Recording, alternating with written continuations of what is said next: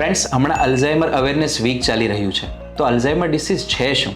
તો Alzheimer disease એ ઉંમર પ્રમાણે થતી મગજની એક એવી બીમારી છે કે જેમાં વ્યક્તિને રોજબરોજની ચીજો ભૂલાવા લાગે છે. જેમ કે આજ સવારે તેમણે નાસ્તામાં શું ખાધું, કાલે કયા કપડાં પહેર્યા હતા, કાલે ઓફિસેથી આવીને તેમણે શૂઝ અને વોલેટ ક્યાં મૂક્યા. ઘણી વખત તો 10-15 દિવસ પહેલાં કોઈ ફંક્શન અટેન્ડ કર્યું હોય તો એ ફંક્શનની કમ્પ્લીટ માહિતી એમના મગજમાંથી ગાયબ થઈ જાય છે. અને સમય જતાં બીમારી વધતી જાય છે, જેને કારણે જો કોઈ બિઝનેસમેન હોય તો તેમને તેમના બિઝનેસના ડિસિઝન લેવામાં પ્રોબ્લેમ પડતો હોય છે. કોઈ ગૃહિણી હોય તો તેમને કુકિંગ કરવામાં ફ્રીક્વન્ટ ભૂલો થવા લાગે છે. અને સમય જતાં વર્ષોથી જાણીતા ગામ અને સોસાયટીના રસ્તાઓ પણ ભૂલાવા લાગે છે.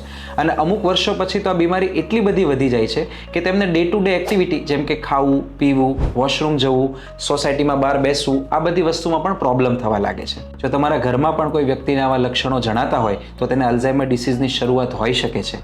તમારે નજીકના કોઈ ન્યુરો ફિઝિશિયનનો સંપર્ક કરી તેનું નિદાન કરાવવું ખૂબ જરૂરી છે.